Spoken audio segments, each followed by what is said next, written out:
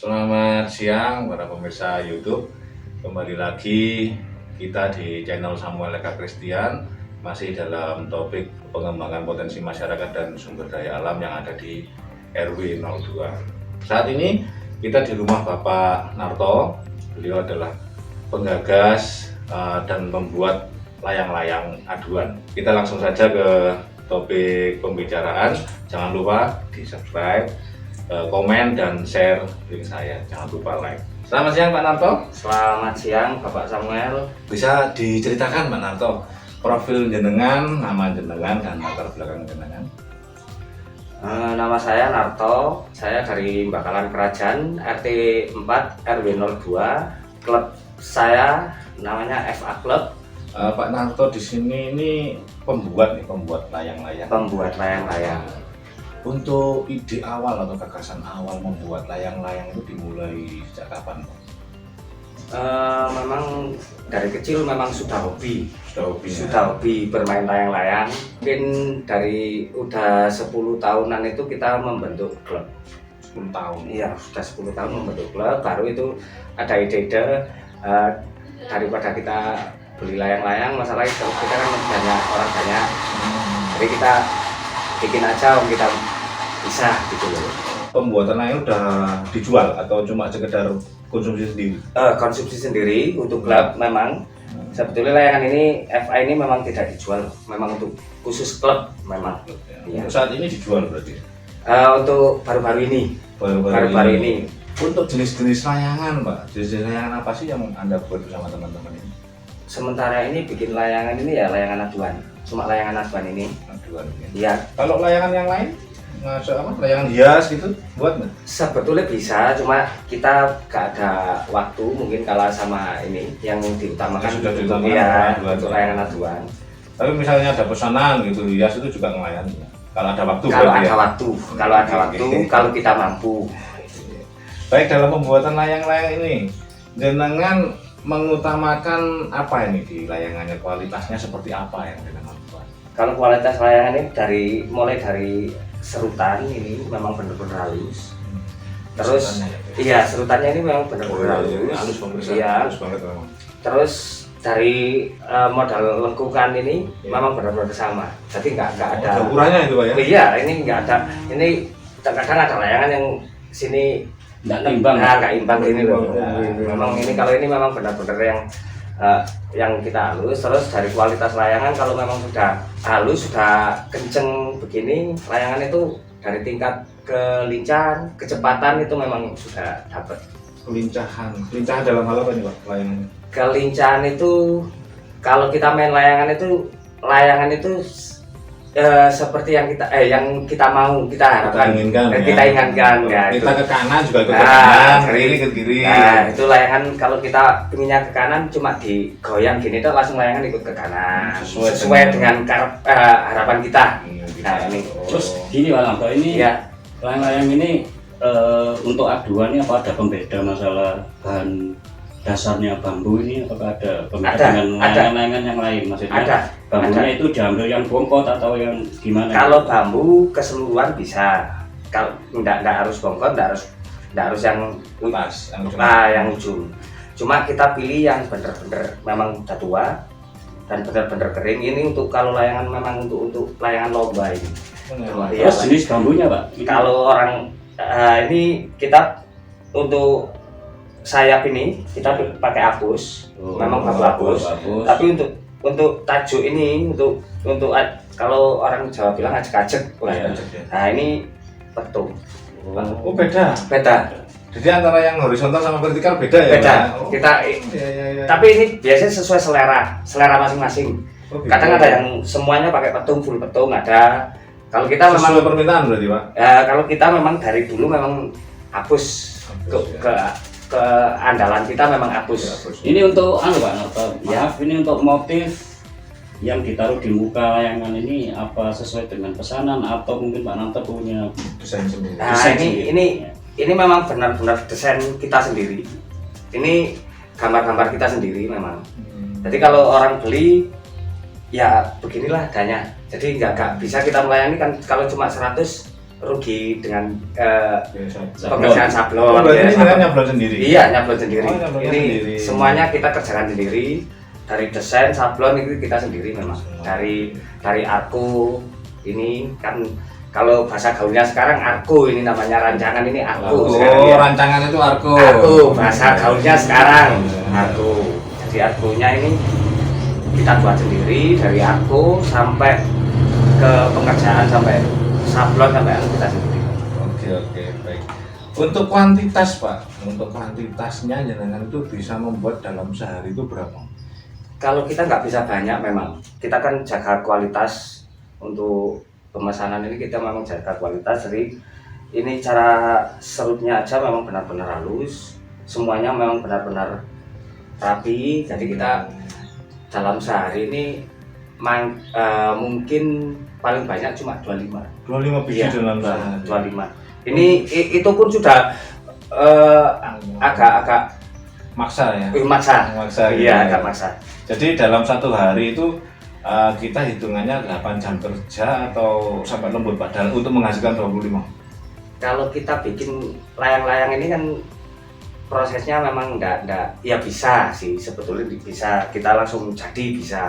Cuma kalau bikin layang-layang ini kalau kita biasanya siang ini kita bikin bambu, ini bikin akunya. Siangnya ya. Nah, siangnya bikin akunya. Ntar malam baru kita Ngerangkai. penempelan kertas ini. Kalau kita nempelin kertas malam, siangnya jadi kertas itu udah kenceng. Jadi kalau siang gini, sore ini bisa lembek kertas ini. Ya, Jadi betul. penempelan ini harus malam. Betul. Jadi di sini main kualitasnya itu seperti itu teman-teman. Ada proses pembuatannya dalam penempelannya maupun itu membuat argonya itu ada apa waktu-waktu tersendiri. Tidak asal membuat pada waktu itu harus jadi enggak. Kalau boleh tahu Pak, harga satu layangan berapa kalau dijual di umum? Kalau untuk sementara ini kalau kita jual di luar kota itu 5.000 per ya, 5.000. Enggak pakai ongkos kirim atau sudah ongkos kirim? Sekali sama ongkir. Nah, Ongkir 5.000. ditanggung. Oh, ongkir ya, ongkir. Ongkir tanggung ya. ya. Pasar-pasar yang ingin jenengan bidik itu sebenarnya mana? Di daerah sini sendiri atau daerah luar Pak? Kalau kita inginnya luar kota. Inginnya luar kota. Inginnya luar Kenapa kok nggak di daerah sendiri? Kalau di daerah sendiri ini kita kan sudah terlalu banyak lah. Pengrajin Pengrajinnya. itu banyak banget. Jadi kita mau mencoba cari rezeki di luar Jawa aja, di luar kota aja. Jadi bagi-bagi rezeki lah. Ngalah. Oke. Ini satu kebesaran hati dari Pak Narto. Oh ya, Pak Narto tadi kan kita ngomong klub ya. Iya. Dia kan punya klub berarti ini. Punya. Apa klubnya? Coba ceritakan Pak. Klub kita namanya FA Club. FA itu apa Pak? FA itu sebetulnya singkatan dari anak saya. Sebetulnya kalau dulu itu kan kalau FA itu Fani Andi gitu. Tapi iya. kayak disebutnya kurang enak Fani Andi. Jadi saya balik Oke. atas nama Andi Fani gitu. Cuma balik. Dibalik saya. Nah, kalau FA-nya yang saya balik jadi AF kayak kenari. Oh iya. Iya, benar. lah itu makanya Kenari AF. Iya. Malah tak bikin FA. Namanya aja yang dibalik. Iya, iya, Andi iya. Fani gitu. Klubnya sendiri punya berapa anggota? Kalau klub kita banyak memang. Kita nggak pernah membatasi siapapun boleh. Boleh, Mas. Memang FA ini kepingnya tingkat kekeluargaan yang dijaga. Jadi siapapun, klub manapun, biarpun mau Masuk sini. mau kumpul, Juga mau boleh, kan, ya. monggo silakan gitu. Kita kalau klub kita sendiri terdiri dari mungkin ada 9 atau 8-an orang lah, sekitar segitu. Kalau klub kita yang memang benar-benar klub FA gitu ya. Ini gerak di bidang apa Pak Eva? Ini pembuatan layangannya atau kontesnya atau bergerak di mananya Eva? Kebanyakan kontes. Kalau pembuatan layangan saya sendiri memang. Dengan sendiri, Iya, ya. memang kita sendiri, saya sendiri yang buat layang-layang. Kalau klub kita cuma main, memang main-main. Iya. Dan di sini teman-teman ini sudah ada piala-piala yang sudah direbut oleh tim Si Bocil. Ini si Anak Bocil. saya. Ya, tapi ini kerja kayak semua klub lah wis. Iya, jadi anak jenengan masuk klub juga berarti kan? Iya, si Bocil itu masuk klub. Itu si kecil si Bocil itu yang sering dapat. Ini prestasi dari Pak Narto Dan anaknya. dan anaknya Bandit, tapi mengatasnamakan klub. Nah, ini sudah ada bukti-bukti piala bahwa layang-layangnya itu berkualitas dan pemain klubnya pun juga punya kualitas sendiri. Oh ya, kalau boleh tahu tadi sudah mencari rezeki di luar kota Malang ini daerah mana saja Pak, yang mungkin sekarang memesan ke Pak Narto untuk layangan aduan ini? Untuk sementara ini sebetulnya kita ini nggak pernah jual layangan sebetulnya. Sebetulnya itu kita nggak punya, kan kita ikut-ikutan anak sekarang, maksudnya pakai upload, pakai kita cuma enggak, maksudnya kita cuma ngupload ya, cuma hobi di ternyata kok banyak yang suka, banyak yang minat. Terus kita sendiri nyoba, kita nggak bisa melayani banyak memang. Kalau untuk grosiran kita nggak mampu lah untuk melayani grosiran, memang cara pengerjaan lama. Jadi kita ya cuma melayani ke klub aja yang untuk pemakaian sendiri, Untuk sementara ini kita yang sudah pernah kita kirim Manado, Depok, Jakarta. Nah, untuk sementara ini yang ini untuk sementara ini pesanan masih pengerjaan ini yang masih belum selesai ini pesanan Jakarta Utara. Oh, Jakarta Utara. Iya. Berapa Pak? Ini 200 BCM ya, 200 biji.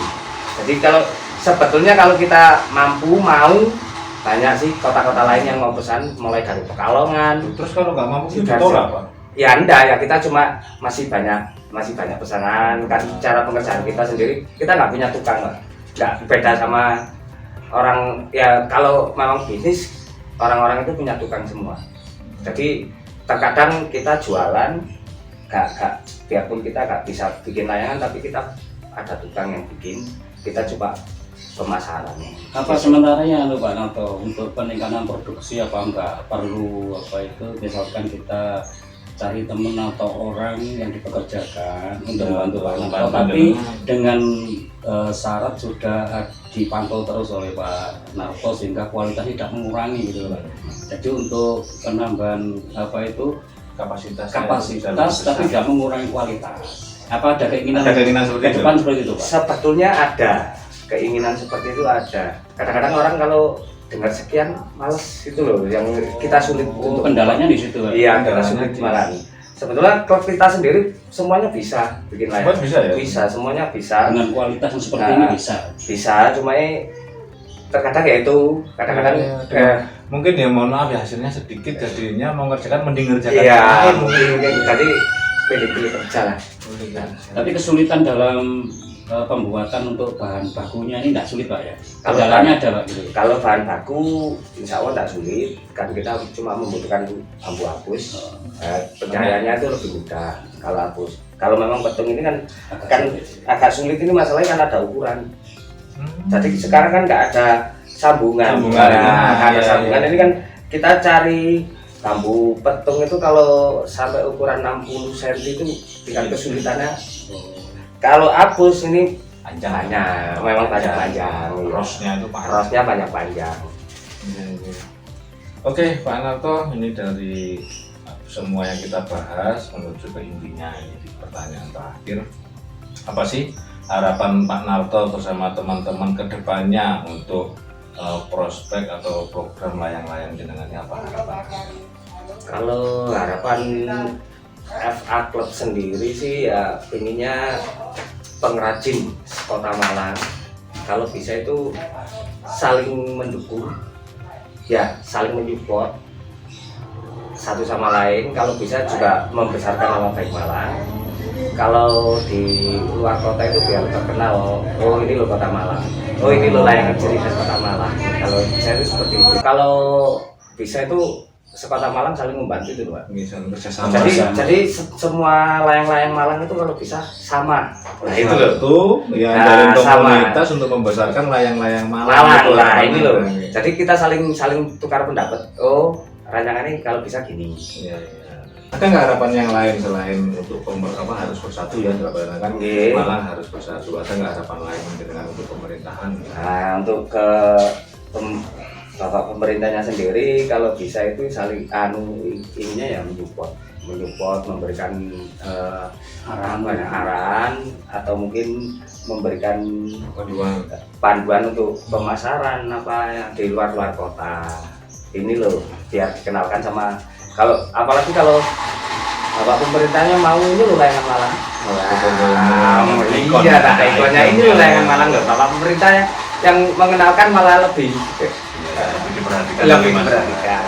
Nah, ini loh Jadi layangan inilah sebenarnya. Jadi intinya kalau saya mendengar dari perbincangan ini yang bagaimana hobi Pak Narto beserta FA klubnya itu bisa berkembang, mungkin nanti juga kalau bisa harapannya ke depan itu produksinya juga bisa meningkat, tapi tidak hanya sekedar hobi tapi bisa menghasilkan uang.